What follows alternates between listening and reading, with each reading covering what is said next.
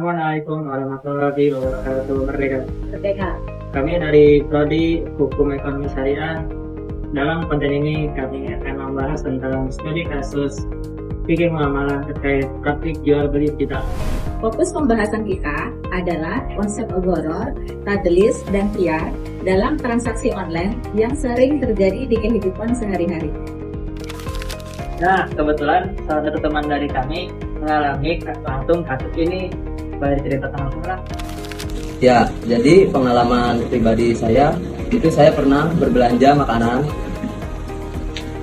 melalui platform digital.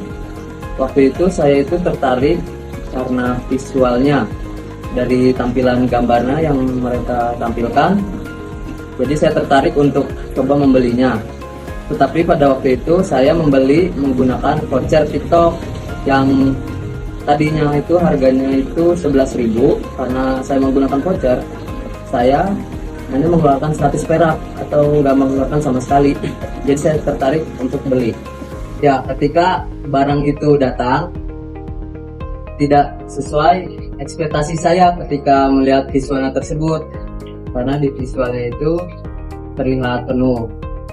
Tetapi ketika barang itu datang, itu tidak penuh. Dan setelah itu saya pun mencoba membeli untuk kedua kalinya, karena saya itu di situ takut ada suatu hal kecurangan. Dalam pembelian kedua ini saya membeli secara cash atau uang langsung, tidak menggunakan voucher. Nah, ketika saya membeli yang kedua ini dan sudah datang, ternyata memang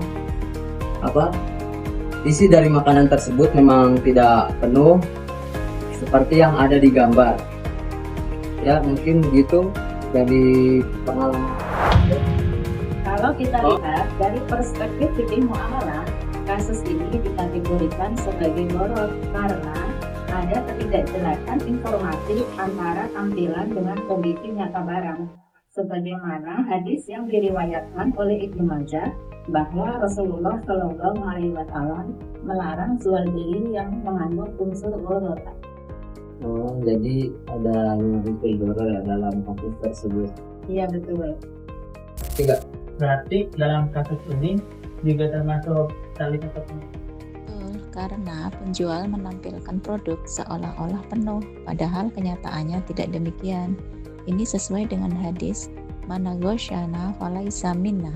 Siapa yang menipu bukan bagian dari golongan kami.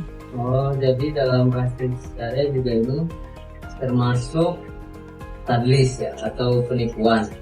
Iya, betul. Nah, dalam kasus ini tuh apakah pembeli punya hak? Dalam Islam, pembeli memiliki hak khiyar, terutama khiyar aib. Nah, apa itu khiyar aib? Khiyar aib artinya pembeli memiliki hak memilih untuk melanjutkan atau membatalkan transaksi. Sesuai dengan hadis yang diriwayatkan oleh Bukhari Muslim bahwa penjual dan pembeli memiliki hak untuk memilih selama belum berpisah. Dalam kajian ulama dalam kitab Hidayatul Mujtahid, semua mazhab sepakat bahwa cacat yang mengurangi nilai barang maka membeli hak khiyar. Meskipun ada perbedaan pendapat mengenai Cacat yang bersifat relatif. Jadi walaupun ada perbedaan antar mazhab, prinsipnya tetap sama ya, yaitu menjaga keadilan transaksi. iya, betul. Nah, kalau dari pengalaman kakak ini milih lanjut atau komplain? Ya, kalau dari pengalaman saya lebih milih untuk offline ya, karena barang ini tidak sesuai dengan ekspektasinya. Dan menurut saya juga itu ini sebuah kerugian dari pihak pembelinya. Nah, itu penerapan hak khiyar dalam transaksi Ya. modern.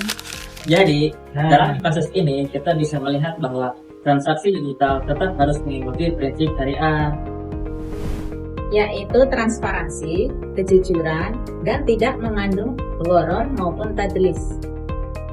Dan sebagai pembeli, kita juga mempunyai hak untuk menolak barang apabila barang itu tidak sesuai dengan apa yang ditampilkan oleh sang penjual. Demikianlah studi kasus fikih muamalah terkait praktik jual beli. Semoga pembahasan ini bermanfaat untuk kita semua. Alhamdulillah. Assalamualaikum warahmatullahi wabarakatuh. Merdeka. Juga Sekarang minum